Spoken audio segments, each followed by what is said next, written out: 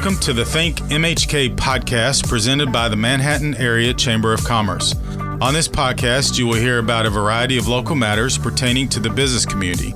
You also hear from local business owners to hear their story and gain valuable business insights. Thanks for tuning in today. My co-host for this segment is our Director of Economic Development, Darren Solden. Hey, Darren. Hi, Jason. It's great to be here today. We have a great guest with us for this segment, Lowell Kohlmeier, who is our Chairman of Economic Development. Hey, Lowell. Hello, guys. So you're with Kansas State Bank here in Manhattan. Talk a little bit about how you ended up in Manhattan and how you ended up with Kansas State Bank. Oh, gosh, we've been in Manhattan for 38 years now. Initially, I come up with an ag background, but Stacy and I moved back, both of us here in 84. Initially just worked in the farm credit system, previously Farm Credit Northeast Kansas, which is now known as Frontier Farm Credit here. And then in year 2000, I made the switch over to Kansas State Bank, which is now known as KS StateBank, but still the same family-owned operation that it was back then. I am glad you clarified that because I have heard it Kansas State Bank, I've heard it KS State Bank, I've heard K-State Bank, but it is KS State Bank. But we'll answer to all. Answer to all of them. All right. So what is the history of KS State Bank in Manhattan? I think it was 1964 that Mr. Howell founded the bank and started it there. Phil, as he's well known around town to a lot of folks and things, is still involved in the bank. He is still the chairman of the board, along with one of the original board members, Roger Sink. And Roger is the vice chair of the board and still involved with the bank. So we've been in town for a long time. At one time, Phil had sold the bank on contract. That didn't work. He came back in 84 and took it back over, and we've been rolling ever since. And of course, Phil Howe, a great Manhattan citizen and does so much for this community. And you mentioned Roger Sink, and Roger Sink is the same way. So those are two great Manhattanites. Why does the bank think it's important to be involved in the Chamber of Commerce?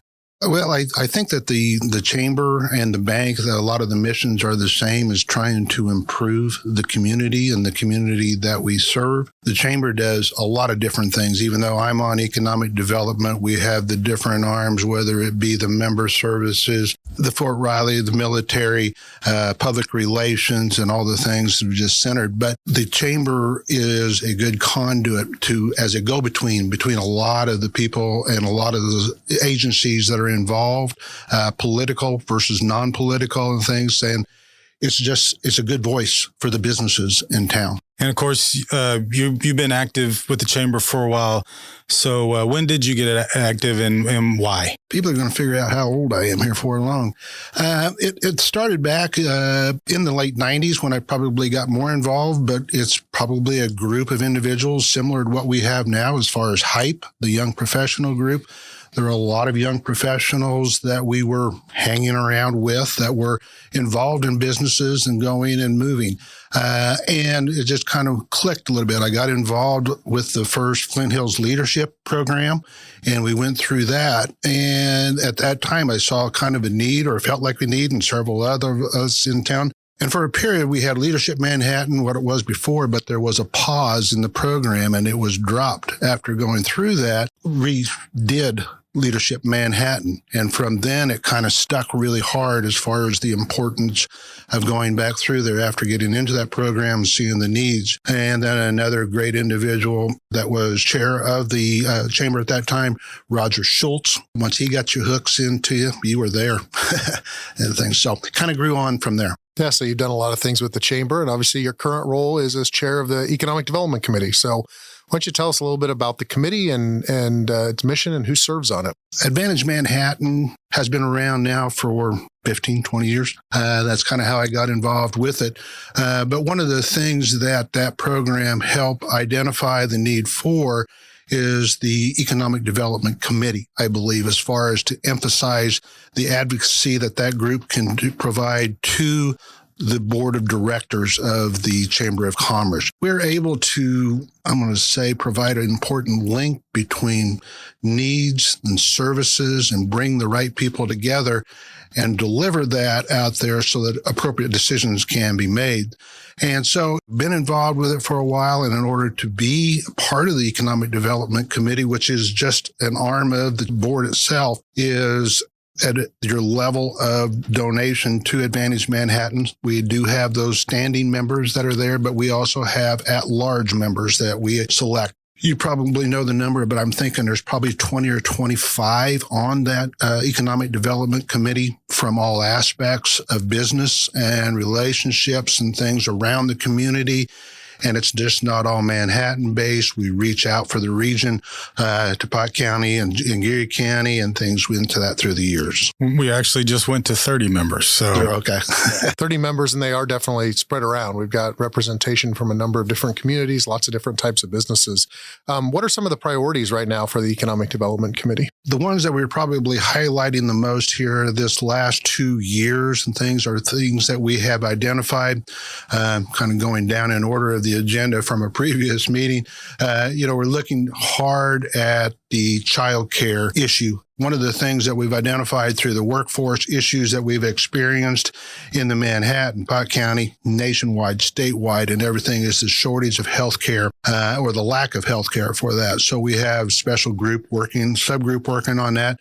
Matt Crocker is leading that there along with help of Natalie Gordon and several others and making some progress and things into that. But that is one of the top priorities into there. One of the things that a previous chair, Mark Basham, last year identified a need to work on was the availability of building and sites for expansion and other things. So we have a building and sites committee where we're trying to identify sites that are available that we could possibly develop or have be ready to be developed. In your roles, when you have people say, hey, we're really interested in coming to Manhattan, they say, what do you have available? We have nothing available at this time or limited sources available. We've recently worked through a spec program with the help of borrowing from the city and things into that and starting into that. And then we're always looking for prospects, and seeing what we can do to do those. But those are the main ones right now. It's an interesting dynamic. We were talking to C. Clyde Jones recently and about his time as the chairman of the chamber in 1965 and some of the things that impacted him during that period. And one of them was that they lost Case New Holland, or now it's Case New Holland. Back then it was New Holland, to Grand Island, Nebraska, because they didn't have an adequate site. And I laughed and said, we face those same challenges today. The more things change, the more they stay the same.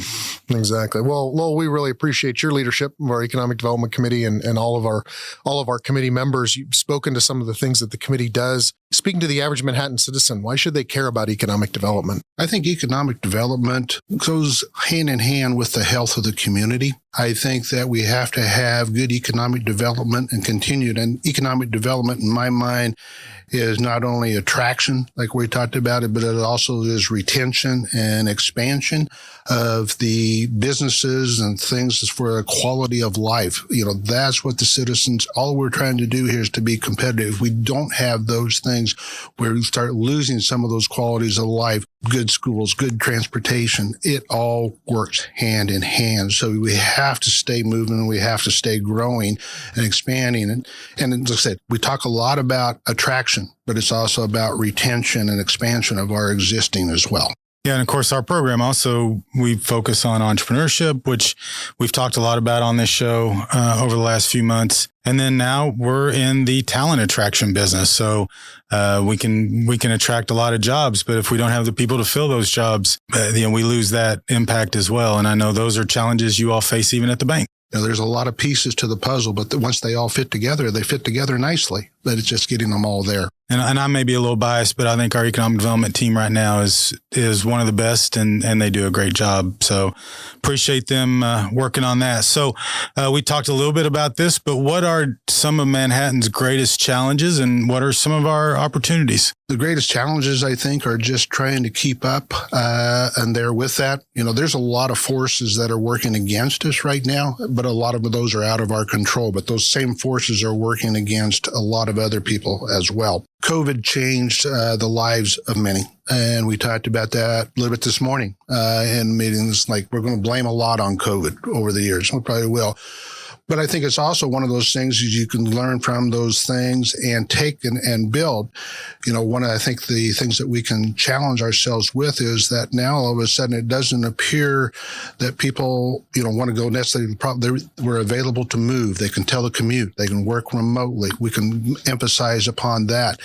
The location and things with that, as some of the sites that we had visited about, all of a sudden we're not competing just because it's not close to Kansas City. We're located in Manhattan, and that's a good thing. And nothing against Kansas City and things, but we lose a few of those things that were drawbacks or barriers before, I think, that we can capitalize on. We still have the strength of the community. We have the fort. There's a lot of things with the fort. We were worried about what goes on there now with the conflict that we're involved with around. We have the university. We have the technical college and things with it. We have the foundation. There's a lot of teams working together. Those are our challenges to keep those things all in sync and going. Yeah, we really do have a cohesive group in this community working together, and we have to, right? Because we're a smaller community than a lot of other places that we compete with. What I like about the Economic Development Committee too, and the makeup of that along with those lines, is that with the membership we have, we can draw from individual talent within. Then, if we have a need for this, we kind of know who to talk to or who needs to go to this one and carry that ball for us for a while. So kind of an unusual element of chamber life for the Kohlmeiers has been at by separate groups. You were appointed or asked to serve as the chairman of the Economic Development Committee. And then at the same time, your wife was asked to serve on the executive committee of the chamber. Do you guys talk smack to each other about who has the better appointment or how that works? Or there's no smacking going on.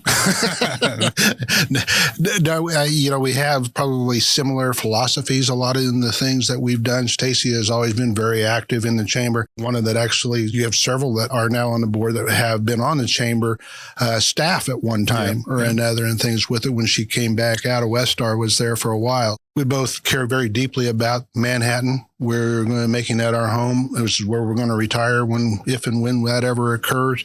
We're not going, and we want to see this thing. We want to see the quality of life expand. We have one son that lives here and probably will stay here as well too. So hopefully they'll all come back. Anything else about your chamber experience that you want to highlight or that you think is important for people to know? You meet a lot of interesting people going through it. You build a lot of friendships going through it. You learn a lot of things as far as how to expand and things, why things happen the way they do sometimes. And sometimes you're sitting back on the sidelines. You don't know everything that goes underneath, and it makes you appreciate when things do come together. It's a good feeling of things with it, but it's a gas.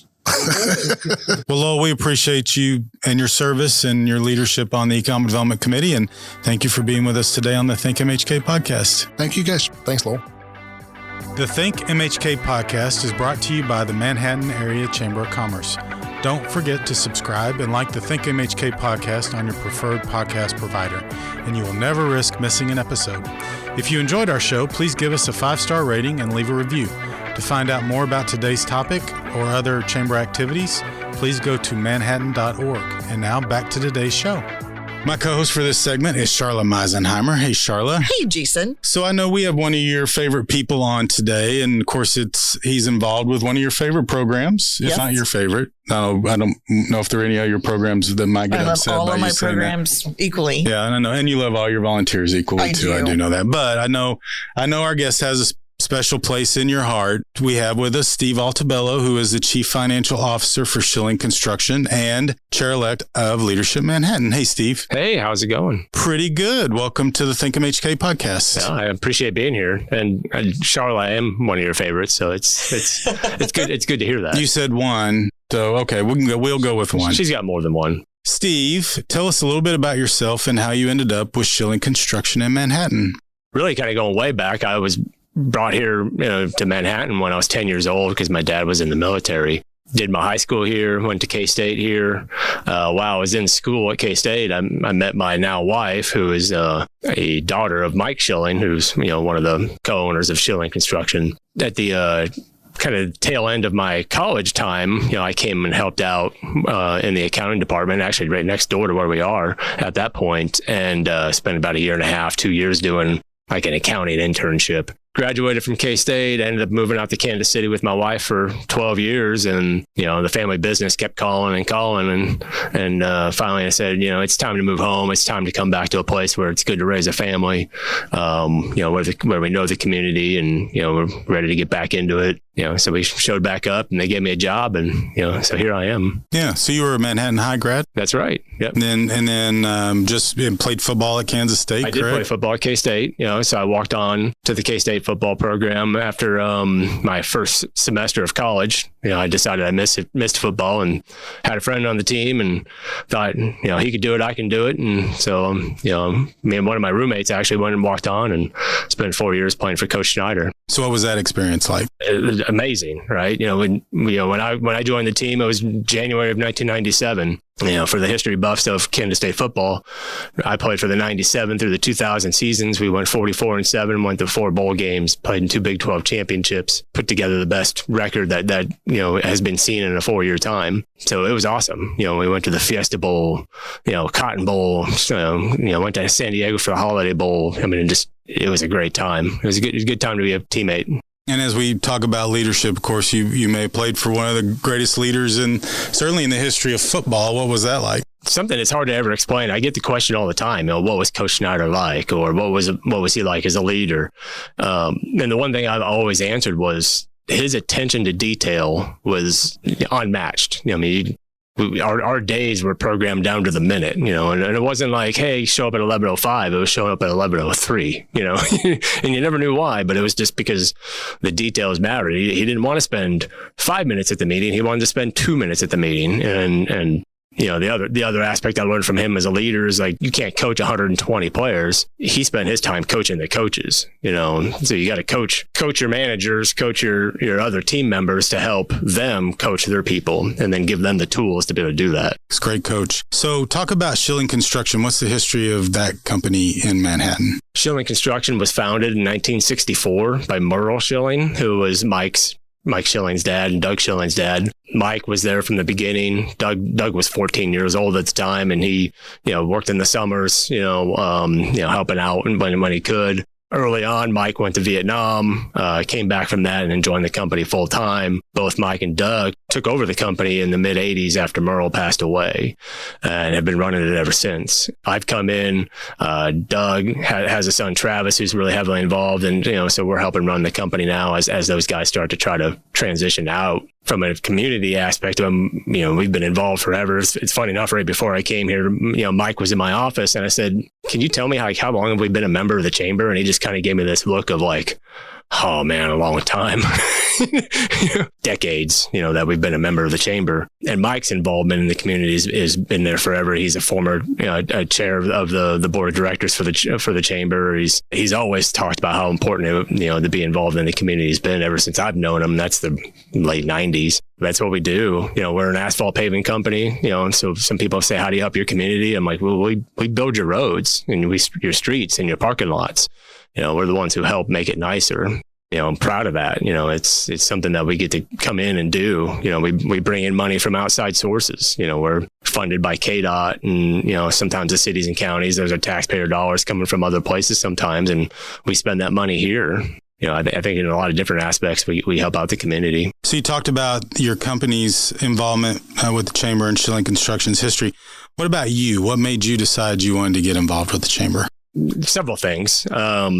Going back even, before my time at Shilling, my parents had a company, a business here in town, and they were chamber members back in the late 90s. They took a little break and then came back in the mid 2010-ish until they closed the business about 6 years ago. So they were always involved. They did things with the chamber. They did, Rotary, they're in B&I, all your kind of networking things in town. So, being involved with other people was always something that was there for me, as my young age, when I was younger. Mike Shilling's always been a role model in that he's always not only talked about how important it is, but supported, everybody's aspect of it. And then when I was in Kansas City, I spent time in their leadership program there. that really brought it all home of like, okay, here's what the chamber does and here's how it helps the community and all that. Probably never said this out loud, but that was one of the things that drove me home. That it's weird that you go through a leadership program for a different city and all of a sudden you're sitting there going, this may not be the right place for me. I can make a difference somewhere else. And in a community, I know that's better and I can even make it better. So that was like one of the catalysts that got me turning towards home. Well, we're glad that happened on several different levels. But it's worked out amazingly. So, and that leadership program actually is 2 years in length. That's right. During your selection, I talked to someone with the selection crew or the committee when you were going through, and on their program, they have to give a reference letter. And yours was from Coach Schneider. And he said, that's all I needed to know. Right. Coach said he was good enough, and he's good enough for us. So that was pretty great. So what was your perception of our chamber before you got involved here? I didn't know a lot about it. I kind of touched on, I knew some things, I knew some aspects of it, but one of the things I didn't realize of what was done by the chamber was the advocacy side, and I probably should have known better. I mean, when you really get down to it, like, what's the point of the chamber? But, I never put that together until getting more involved here. Just the business advocacy committee, Dick Carter being one of our, until I went through Leadership Manhattan, I had no idea we had a lobbyist, that helps our chamber out and our community out. I had a good perspective of it, but I just didn't have the full deal. And Leadership Manhattan really drove that home for me. How do you think that it's helped you grow in your profession? I think it's given a lot of opportunities to be around maybe like-minded people, people who are driven to make the community better. Because the people who go to those chamber events, the members of the community that go through Leadership Manhattan, participate in the committees for the chamber and all that, they're all driven in some form or fashion. They all like goals. They all like to succeed and get better. And it's kind of one of those things, surround yourself with good people, right? That's how you're going to get yourself better and grow. I think being able to do a lot of that stuff has really helped. I think if I had come back to Manhattan and never gotten involved, how could I be a better leader at my business if I don't have anybody pulling me up?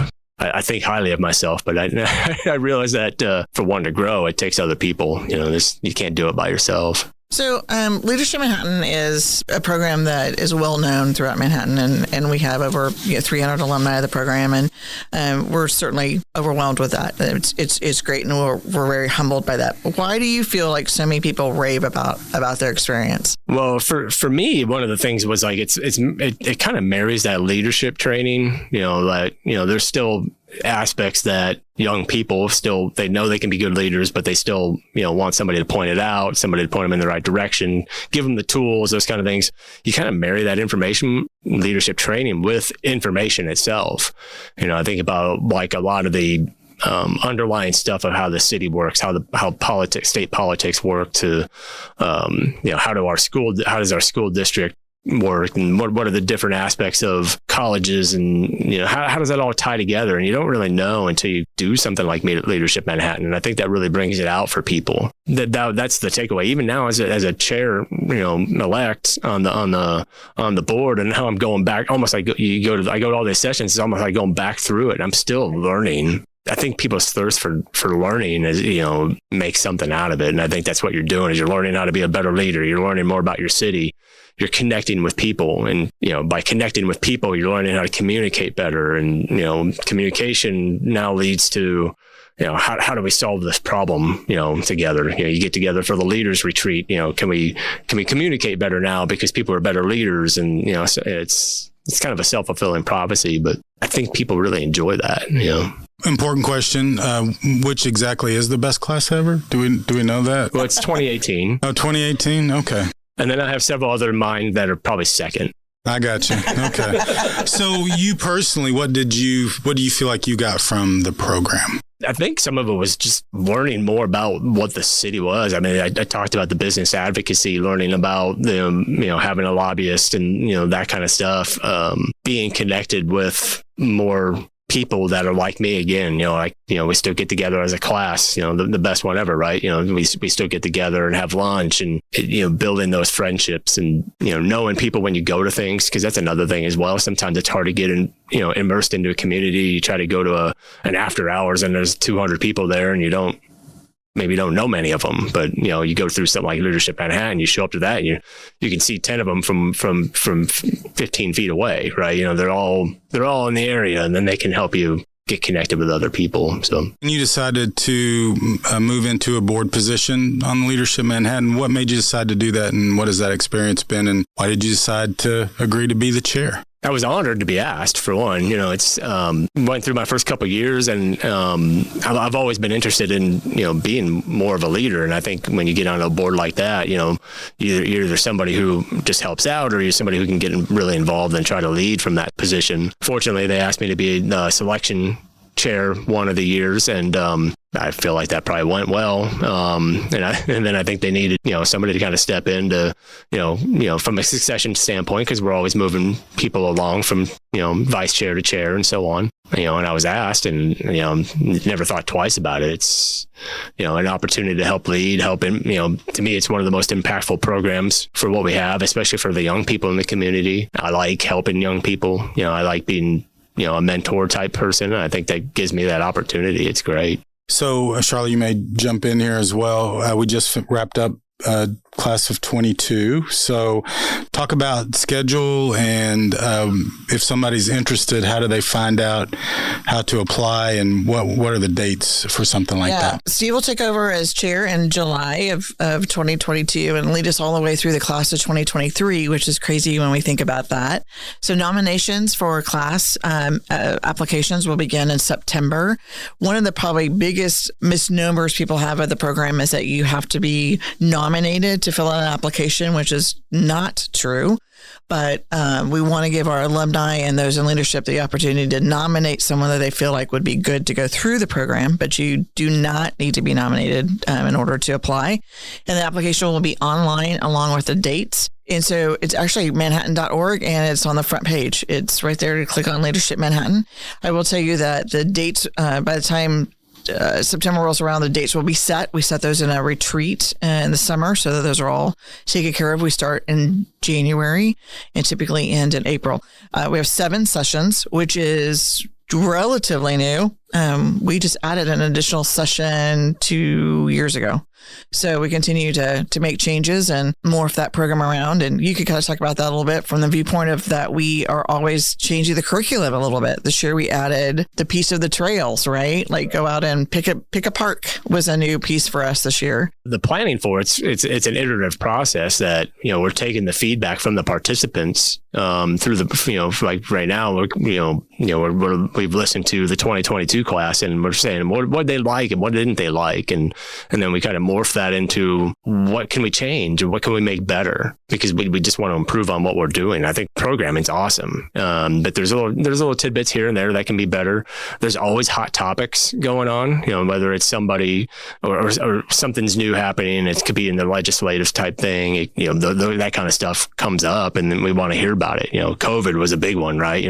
At one point, that was, you couldn't talk about anything without talking about COVID. You put together a medical task force or a panel to talk about how did the city react to that, or how did the medical professions react to it? What was the leadership out of all that? And that's what we're always trying to drive home is how can we pull this stuff together and still show what leadership means, and how did people do that in real life? And that was a great example of it. But yeah, we're always trying to build on that. And it is a competitive application process. So how many are selected? We only take between 16 and 20. So it's not unusual to have 60 to 70 applications. Encourage people to, as we get further into the summer, look at manhattan.org. And if you're interested, get that application and fill it out. Yes. Or get somebody to nominate you. That's right. You could do that too. So, Steve, last question. What would you tell someone thinking of joining the Manhattan Area Chamber of Commerce? I would say if they're on the fence, which they shouldn't be, but if they are, I would tell them that if by not joining, you're going to limit your business. You're going to limit the ability for that business to grow, because being a member in the chamber allows you access to the connections. People are more willing to do business with you. I mean, I don't know how many times, Sharla, I've reached out to you and said, hey, I'm looking for this. Who are the other chamber members that do this? And that's where I'm looking to go first when I'm looking to buy something for my business or whatever. And I think other people do that. You miss out on those connections. You miss out on talking to somebody at the leaders retreat and kind of connecting something together, saying, oh, I could help you with this, or that kind of stuff. Or you start to become somebody's front of mind. If you're not in the chamber, you're really missing out on that stuff. And then if they are joining, the one thing I would tell them is like, you're going to get out of it what you put into it. Don't join and not do anything. Go to the after hours, do the morning, Tuesday coffee mornings, or the vibe. Yeah. Yep, there you go. And then Good Morning Manhattan. Good Morning Manhattan. That's what I was thinking of. Yeah. Do all that stuff, get out, meet people, find a committee, do Leadership Manhattan, go into the leaders retreat, all that kind of stuff. Don't just join, pay your dues, and then be like, man, I got nothing out of it. It's because you didn't put anything into it. Music to our ears. Those are the kind of members that we need. So, Steve, thank you so much for your leadership. Thank you for your volunteerism and helping us with this important program. And thanks for joining us today. Yeah, I appreciate being here. I'm so glad you thought of me. Thanks for listening to this episode of ThinkMHK, a podcast produced by the Manhattan Area Chamber of Commerce. If you enjoyed the ThinkMHK podcast, we'd love for you to subscribe and share it out on your social media channels. Feel free to reach out to us on Facebook, Twitter, or Instagram at the Manhattan Area Chamber of Commerce.